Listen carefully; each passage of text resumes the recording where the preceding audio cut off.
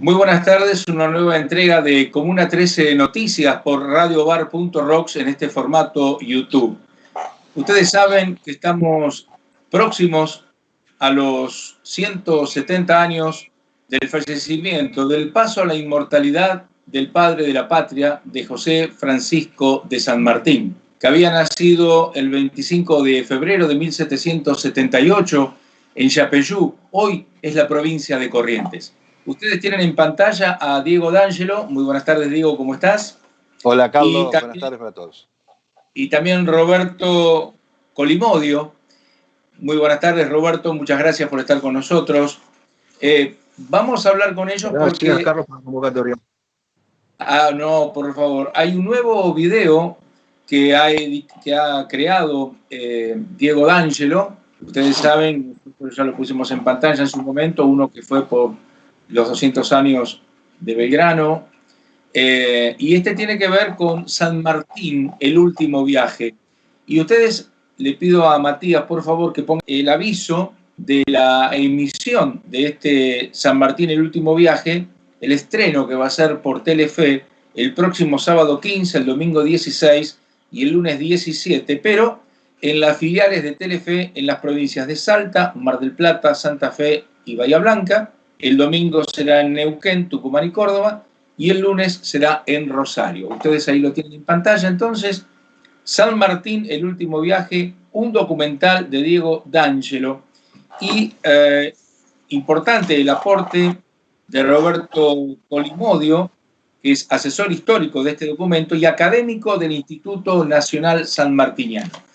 Diego, Roberto, nuevamente la felicitación por haber realizado este aporte a nuestra cultura, este recordar a este hombre que tiene legados infinitos, nos ha dejado una cantidad de legados, nos dio la identidad, en fin, quiero que ustedes lo conversen, que ustedes nos digan, que ustedes vayan desmenuzando este trabajo, que por cierto, reitero, la felicitación, porque es realmente importantísimo el aporte cultural que ustedes hacen.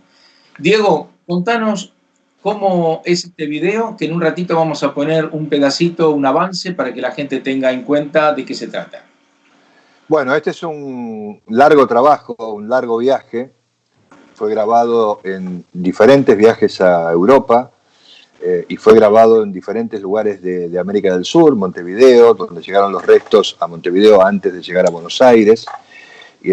También hay imágenes de Chile, de Washington, bueno, en muchos lugares donde San Martín es recordado, pero a mí me interesaba hacer un documental o construir un documental, no aquel documental que liberó Argentina, Chile, Perú, que ya lo hice en los años 90 para TV Quality y Educable, sino me interesaba esa parte menos conocida de San Martín, que fue su exilio, su ida del país para no pertenecer a un bando o al otro. Y entonces era un documental difícil, pero un sueño que te puedo decir que a partir del próximo sábado será un sueño cumplido, porque este sueño empezó en 1994, en mi primer viaje a Francia, un domingo a la mañana visitando la casa argentina, la casa de San Martín, perdón, la casa de San Martín en Boulogne-sur-Mer, y estaba cerrada. Me quedé con las ganas en esa oportunidad. Fueron muchos viajes a Europa para hacer esto. Claramente lo hacemos en función de juntar, de reunir distintas cuestiones. Yo hago un programa de turismo en televisión hace muchos años y nos lleva cada año a la Feria de Turismo de Madrid, y de ahí seguíamos viaje hacia algunos de estos puntos. San Martín anduvo por Madrid, San Martín anduvo por Italia, San Martín anduvo por Bélgica, por Bruselas, anduvo por supuesto por muchos lugares de Francia. Así que fue un sueño que se ha completado, pero también tenía otra valoración histórica este texto que uno escribe, que es no errarle y sacar del medio toda aquella cosa que no fuera realidad, que no fuera verdad. Puede llegar a ser un documental polémico, porque para los correntinos San Martín era correntino, y nosotros hicimos una recreación de la placa que está colocada sobre el féretro en la Catedral de Buenos Aires. No sabemos cómo era la placa, porque además teníamos un problema histórico con la fotografía de la época, digamos, no hay fotografía en esa época, se está pasando del daguerrotipo a la albúmina y de ahí a la fotografía como la conocemos hoy, en ese momento de transición, con lo cual hubo que armar un documental con poco material fotográfico. Fue muy complicado, Roberto nos dio una mano importante, pero queríamos un documental que tuviera basamento escrito, esto es documentación. Y Roberto en forma paralela, digamos, haciendo su trabajo de escritor, de investigador, de tantos libros que tiene escrito, en paralelo él estaba escribiendo un libro con Martín Blanco, que es justamente el regreso. Entonces, nosotros, esto lo puede contar, porque nosotros lo que hicimos fue juntar voluntades, aunando esfuerzos en función de construir la mejor versión posible en el medio de la pandemia, en el medio de esto que estamos pasando, para llevar a cabo un documental que hoy mismo estamos terminando de postproducir para mandar mañana mismo a los canales y que ya sea de decisión de la gente si le gusta o no le gusta. Pero fue un esfuerzo larguísimo, fue un esfuerzo de producción increíblemente largo, muy complicado, con muchas charlas con Roberto para asentar este documental en documentos para hacer una historia verdadera, ¿no? Bueno, pero eso tú lo puede contar él claramente, ¿no? Sí, el otro de Belgrano también lo hiciste en pandemia. Mirá el tiempo que hace que estamos con el tema de la pandemia. Y Seguimos. lo que vos decías del exilio de San Martín, recuerdo que, palabras más, palabras menos, él no quería desenvainar su sable en contra de los paisanos, ¿no es cierto? Y eso lo llevó a exiliarse. Roberto, ¿cómo fue este trabajo para este San Martín, el último viaje? Bueno, Carlos, para mí resultó más sencillo porque ya tenía, como bien dijo Diego recién, la investigación realizada para el libro que escribí con Martín Blanco, Repatriación de los restos del general San Martín, un largo viaje de 30 años, que coincidió el tiempo de investigación con el tiempo que Diego estaba también realizando imágenes. Entonces, como que fue decantando todo. Y una vez que Diego me presenta el guión, para que asesore históricamente en base a lo que él había escrito, pulir y limar las asperezas, redirigir algunas cositas que en algunos casos podían traer tergiversaciones o malas interpretaciones, o también trabajar en los puntos que merecían mayor preponderancia o mayor realce, y con otros que quizás podían ser superfluos. O sea, básicamente, como la vida del Libertador San Martín es muy rica, realmente cuesta meter en 40 y pico de minutos, sobre todo una vida y un periodo del que hay que explicar muchísimo todavía, porque aparentemente para el colectivo imaginario la historia de San Martín termina luego de Guayaquil, y después tenemos una vida muy intensa de su ostracismo voluntario en Europa. Yo digo ostracismo voluntario porque son los términos que San Martín recurrentemente dice en sus correspondencias, por más que a muchos el término ostracismo no le guste. Y realmente la vida de San Martín es muy rica en su periodo europeo, porque no quedó jubilado que daba de comer a las palomas, sino que tuvo una vida social muy activa, y fue un hombre que fue referente para varias generaciones de políticos sudamericanos que lo visitaban en Francia, como referente y como mentor en muchos de los casos. Y San Martín, con esa vida social donde alojaba a sus visitantes, donde fue un anfitrión siempre dispuesto a una habitación y un buen asado, fue determinante en muchos aspectos de nuestra historia post-independencia, ¿no? Y Diego, que empezamos ya las primeras conversaciones casi hace 2 años, cuando me invita gentilmente al Instituto Nacional Sanmartiniano a hacer unas tomas del testamento original de San Martín, que él escribe de puño y letra en 1844 y que se haya depositado en el Instituto Nacional Sanmartiniano. Obviamente justamente un momento muy emotivo de poder tener cerca o tocarlo con el testamento del general, donde empieza todo, ¿no? Porque él dice allí, que esa sería quizás la primera parte del último viaje, donde él manifiesta su deseo que su corazón descanse en el cementerio. Y a partir de allí sucede o de su muerte, mejor dicho, en 1850, sucede una larga sucesión de hechos que tratamos de explicar en el documental, hasta su arribo casi 30 años después, el 28 de mayo de 1880, en una fiesta popular organizada por el presidente Avellaneda originalmente y después por la Comisión Nacional de Repatriación. Roberto, los invito a todos y al público a que veamos estos 45 segundos del avance de lo que es San Martín, el último viaje. ¿Puede ser, Matías?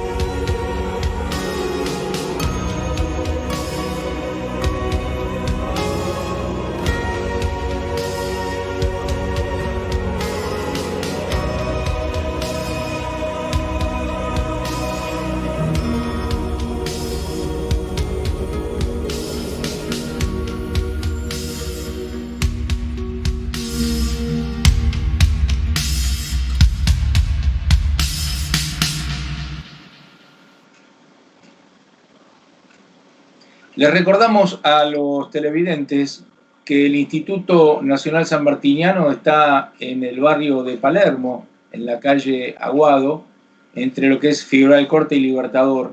Y ese edificio de 3 plantas es una réplica justamente de una de las construcciones de Grambourg, ahí en Boulogne-sur-Mer, en Francia, donde estuvo San Martín. Diego, Roberto, ¿ustedes consideran que San Martín, el trato de la historia es el adecuado, o hay esos intereses, esos chisporroteos que siempre se presentan de un lado o del otro? ¿Cómo creen que San Martín es tratado si uno lo lee en la...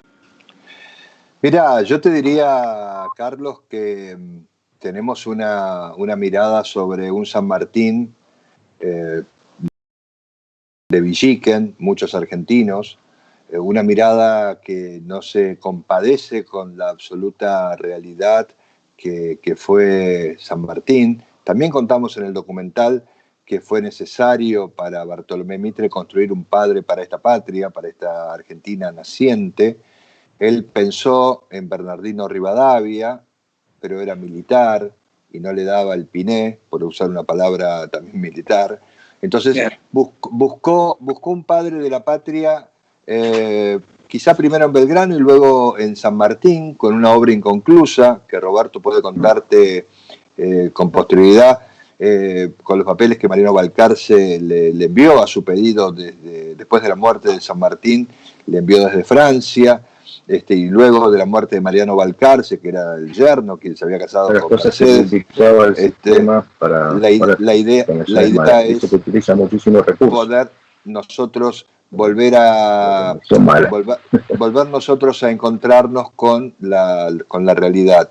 Bueno, el padre de la patria para Argentina fue José de San Martín, y además hay que contar esto, que Mitre no termina de construir los 2 libros que piensa, construye solo el que era su campaña en América del Sur, y él quería construir un segundo libro que no lo llegó a hacer, no pudo hacerlo, que es el libro posterior que hablaba de su presencia en Europa. También hay que decir que el padre de la patria, que construyó a partir de pocos años después de la muerte de San Martín, algunos años después, perdón, porque el primer libro creo que sale, Roberto podrá decirme si esto es así, 1887 aproximadamente,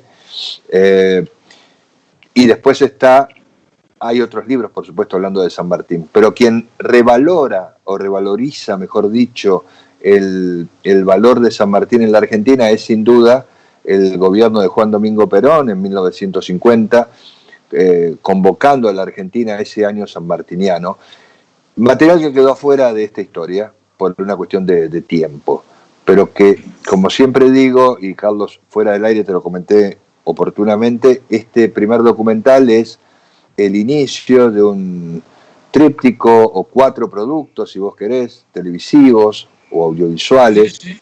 Vendrá una miniserie, vendrá un planteo de hacernos de construir una película para cine y una película construida con películas. Un sueño también un poco loco, diría yo, si querés, construir con los archivos argentinos o con lo que podamos encontrar en el exterior, que también hay material de San Martín, un documental o una película hecha no con imágenes de video, sino con fracciones de películas, de noticieros y de otras fuentes. Bueno, hasta ahí llegamos. Nosotros terminamos en la Revolución de 1880, hacemos una vuelta en el texto a San Martín con el combate de San Lorenzo, porque también ahí en ese combate hay un recuerdo muy personal a Juanita Victoria, que era una tía abuela, que era pintora de flores, y las pocas obras que pintó, que no son flores, son retratos de San Lorenzo, que hay algunos de ellos puestos allí. Por supuesto, como rosarino que soy o santafesino que soy, hay ahí un homenaje a mi tierra, que es la provincia de Santa Fe también. Pero bueno, eso habla de lo íntimo, de lo personal, pero para nosotros lo trascendente es que, como digo en el arranque del documental, es inabarcable la cantidad de personas que han colaborado y la cantidad de material que ha quedado afuera, porque este San Martín que nosotros construimos es un San Martín que es una mirada apenas sobre el San Martín que todos queremos conocer, o por lo menos queremos indagar un poco más en su historia. Sí, es verdad, es mucho lo que da San Martín. Aparte, hay que tener en cuenta que él cruzó varias veces el Atlántico, ¿no? Cuando era chico, que se fue al ejército español, después Claro. Volvió a la Argentina, después volvió, y bueno, últimamente el regreso ya hace 140 años de los 170 de Fusicidio, ¿no? Claro. Él cruzó el Atlántico con muy pocas pertenencias, con unos 800 libros. Cuando Los libros cuando vos decís cuando él se va, claro. Que la gente esté ilustrada, la educación, el progreso, él no quería el despotismo, realmente un personaje muy, muy, muy valioso. Roberto, no sé si volvió, si no seguimos con vos, Diego, y ¿está Roberto? Ahí está Roberto. Roberto, agregale un poquito de pimienta a este comentario de recién con relación a cómo contamos a San Martín aquí. Y Carlos, si estabas escuchando, estaba diciendo de los viajes. No escuché nada. Hace 10 minutos que quedé fuera. Bueno, ahí hablamos un poco, Carlos pregunta un poco de los viajes, ¿no? De San Martín y sus libros, y vos lo tenés bastante más claro ahí, ¿no? Porque es retenido cuando llega a Europa, ¿no? Regreso, sí, cuando él viaja con su hija en 1824, al llegar al puerto de Le Havre en Francia es retenido, es demorado, porque obviamente la llegada de un general revolucionario que libertó Chile y Perú llama la atención de las autoridades francesas. Es sospechoso. Esa sospecha duró varios años porque fue permanentemente espiado, por lo menos durante 4 o 5 años. Y ahí en el puerto de Le Havre es demorado, se le requisa su equipaje porque tenía obviamente lectura subversiva, revolucionaria.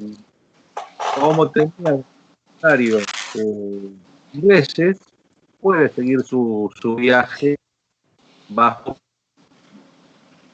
No hay que olvidarse que no solamente preocupaba a Francia, sino también a España, y ambas casas estaban unidas por los lazos.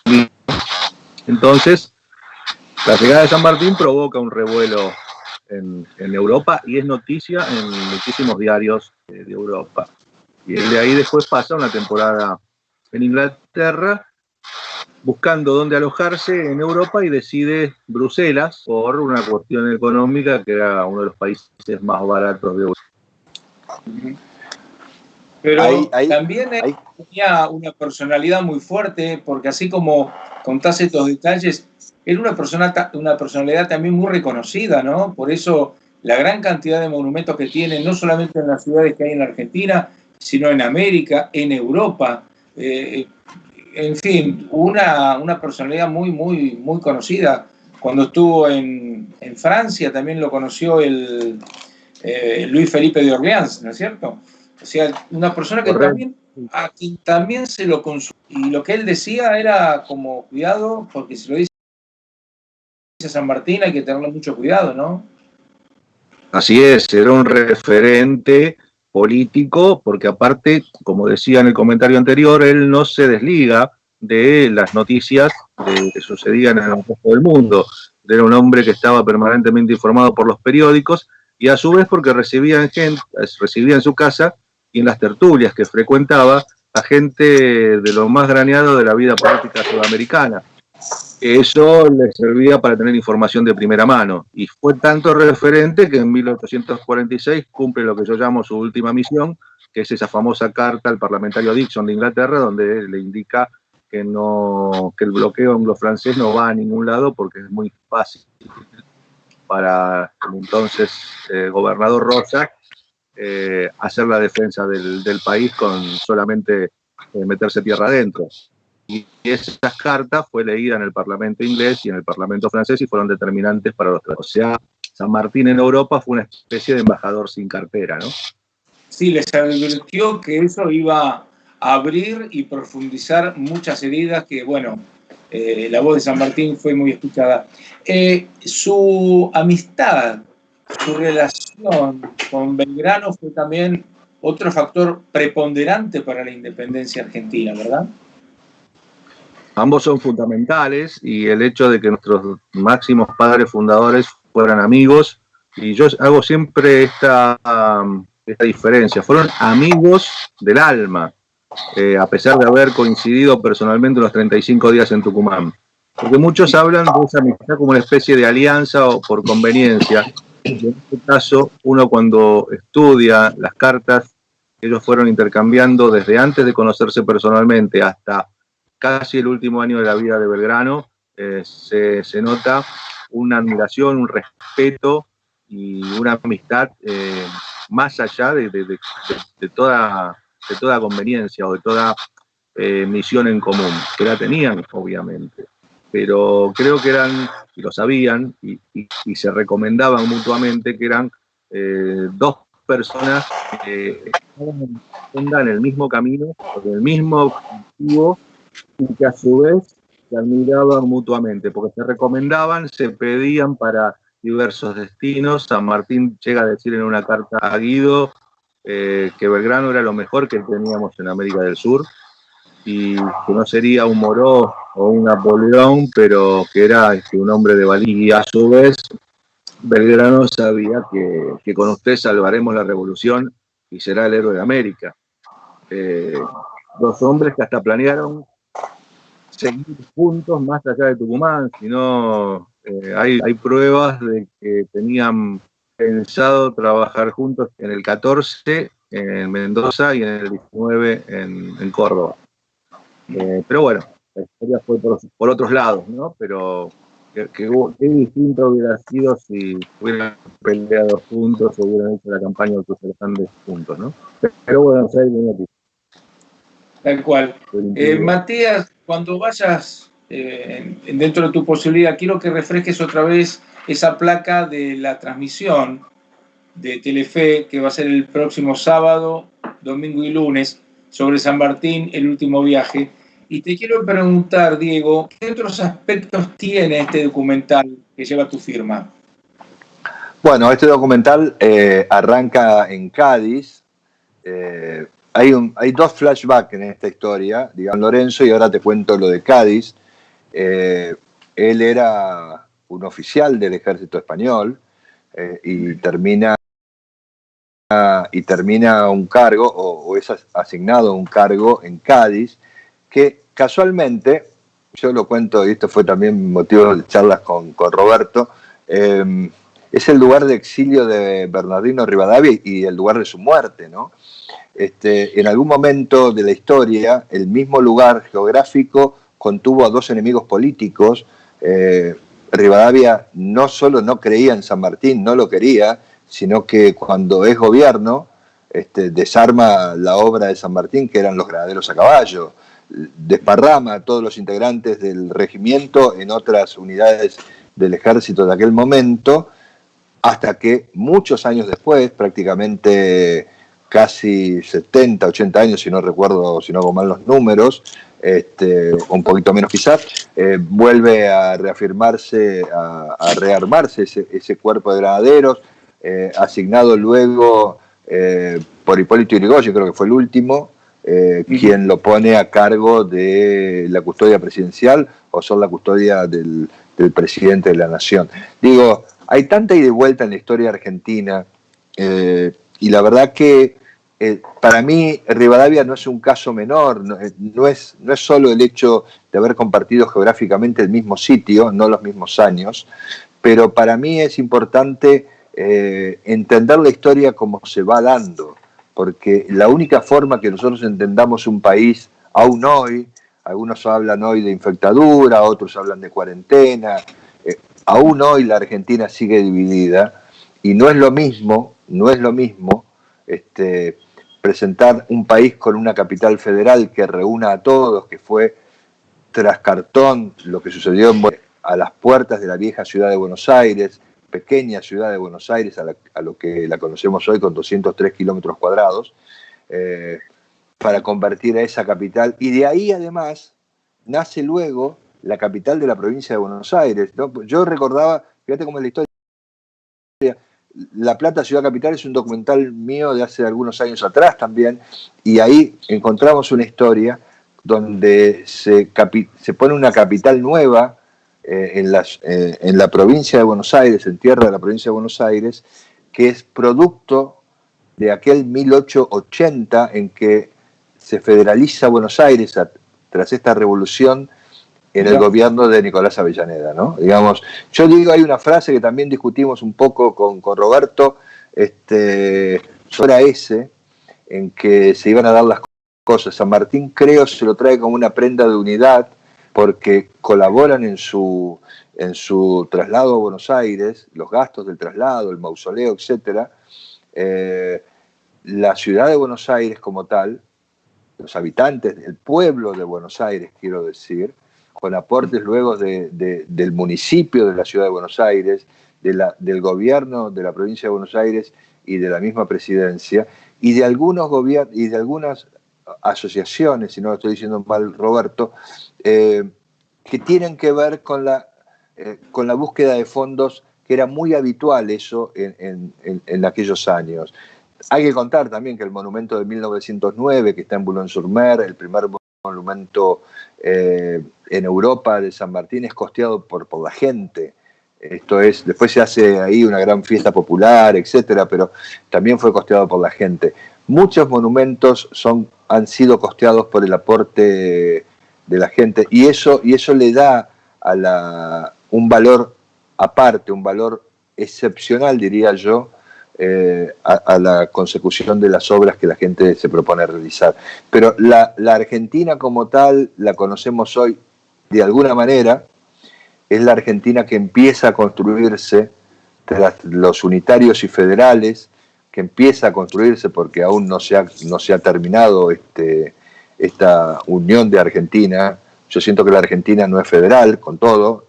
No lo digo como hombre nacido en una provincia del interior de la Argentina, ni provincias que no participaron de la construcción de la Constitución Nacional, que no fueron parte de eso en el momento que se promulgó, etcétera. Digo, este país yo lo siento todavía que le falta mucha construcción federal.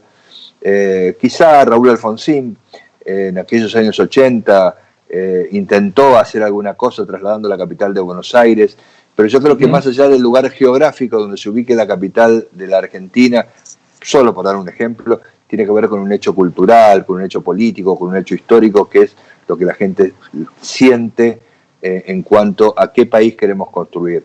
En definitiva, como decía Roberto antes, tanto Belgrano como San Martín y otros héroes murieron lejos de la patria dejando jirones de su vida. Yo pongo en este documental, en una parte del texto, porque es así. Yo creo que morir lejos de la patria es una cosa que San Martín, Roberto lo define en una frase: Mariano, a mi cuarto, está llegando la tempestad al... Carlos, él necesitaba la legalidad de pertenecer a su ejército y no ser considerados insurgentes. Había una legalidad al respecto, o sea, ser un ejército de una nación. Por eso tanto San Martín como Belgrano, que sí estuvo presente en Tucumán, aunque no era uno de los diputados, son determinantes para la declaración de la independencia. Belgrano en el caso de la el día 6 de julio, donde, recién llegado de Europa, junto con el amigo Rivadavia, manifiesta que las revoluciones ya no tenían la simpatía de la mayoría de los gobiernos y que el absolutismo, como se dice hoy, venía por todo. Ya no era de republicanizar todo, sino de monarquizar todo, pero que la independencia debía declararse para, de una buena vez por todas, ponernos en minuto, ¿no? Pero siempre digo que el 25 de mayo tomamos posesión de nuestro país, pero el 9 de julio escrituramos. Esa fecha, como Belgrano, son finales de esta independencia. Bueno, y ahí podés agregar una cosa, Roberto Carlos, que es aquella frase, aquella modificación que se hace en el acta de la independencia, ¿no? Porque también había alguna decisión de volver a ser dependientes de algún país extranjero, ¿no? Eso lo podés contar muy bien vos, Roberto. Sí, unos días después se agrega la fórmula de libres de toda dominación extranjera, que se había declarado en julio de España.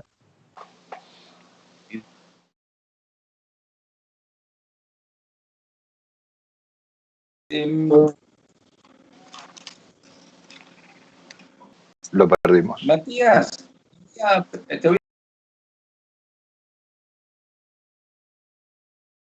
que está hoy con nosotros. Colimodio. Y también figura arte Ramiro Guiliazza. ¿Podemos ver ese video, 1 minuto 47? Mariano, a mi cuarto, Matías.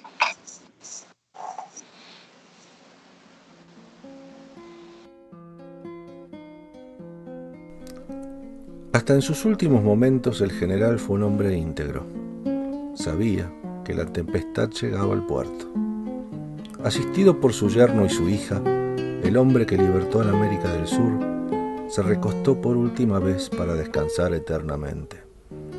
Atrás quedaban años de luchas en 3 continentes. Dejaba el legado de su coherencia, sus desvelos y afanes, pero sobre todo su ejemplo y virtudes. Su yerno, Mariano Balcarce, narró ese triste momento con suma emoción. Dijo: al privarnos la divina providencia de un Padre tierno y virtuoso, parece que hubiese querido suavizar nuestro dolor, haciendo que sus últimos momentos fuesen sin sufrimiento alguno visible y con la serenidad que inspira una conciencia sin tacha. A las 3 de la tarde del sábado 17 de agosto de 1850, en Boulogne-sur-Mer, lejos de su adorada patria, don José Francisco de San Martín y Matorras pasaba la inmortalidad de la misma forma en que vivió, sencillo y austero.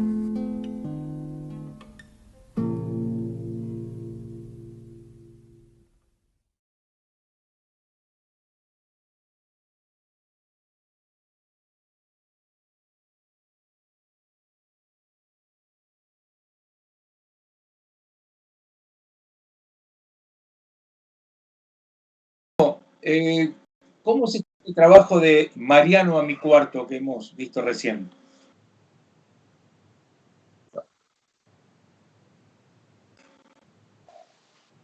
María. Roberto, ¿nos estás escuchando? No, pareciera No, que no. parece. Bueno, vamos a ir cerrando, pero queda mucho material. Acá. Terriblemente. Zoom 7:30, Roberto, espero que haya buena conexión. Ya terminamos. Bueno, Roberto, ¿estás? No. Bueno.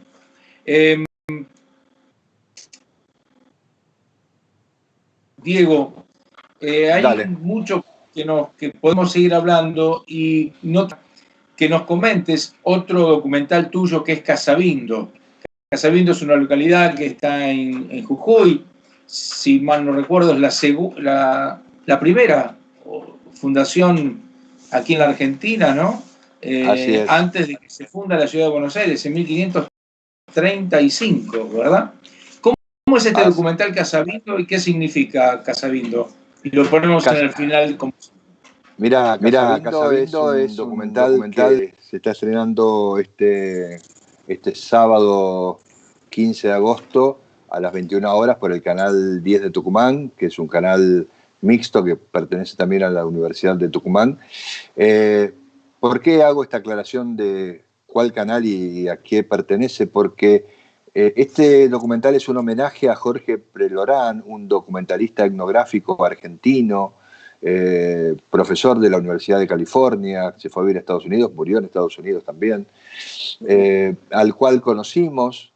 Y este homenaje tiene que ver con que yo tomo de su impronta, de su manera de filmar, o de su manera de trabajar, algunos de esos elementos con el que él se ha manejado, haciendo muchos cortos en Argentina, en la Patagonia, hablando del Paleozoico y de toda aquella época, y las culturas del norte de nuestro país. Y este documental es tan así que tiene 1 minuto de su documental original, de su corto documental que se llama Casabindo, y también tiene palabras de él que logramos grabar en 1995,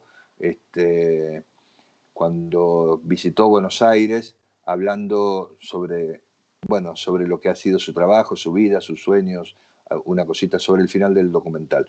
Así que nos parecía muy interesante, se lo propusimos al canal 10 de Tucumán, y eso es lo que se va a emitir este fin de semana, un documental de media hora contando no solo el toreo de la Vincha, que sucede cada 15 de agosto, el Día de la Virgen, es misa, procesión y luego toreo, sino también la historia de un pueblo que yo digo que a partir de la presencia pública del corto de Prelorán, Casabindo empezó a tener vida y a dejar de perder habitantes, un pueblo que si se hubieran dado otras circunstancias hubiera desaparecido del mapa como tantos otros.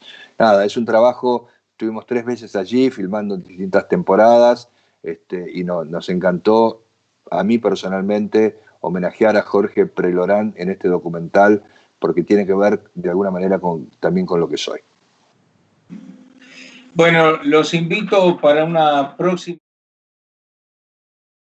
Primodio, y le voy a pedir a Matías que por favor pongamos en pantalla en esta despedida otro documental, Casabindo, que también tiene la firma de Diego D'Angelo. Muchísimas gracias a los dos, muchísimas gracias a ustedes por seguir nuestro programa, que tengan una muy buena semana. Muchas gracias. Desértica, árida, inhóspita.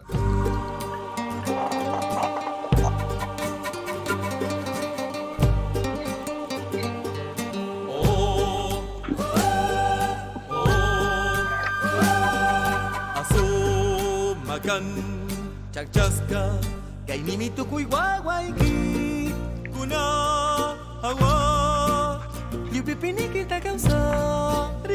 Gracias, Dieguito, Chao, querido, gracias por todo. Te mando un fuerte abrazo. Nos estamos viendo, cuídate.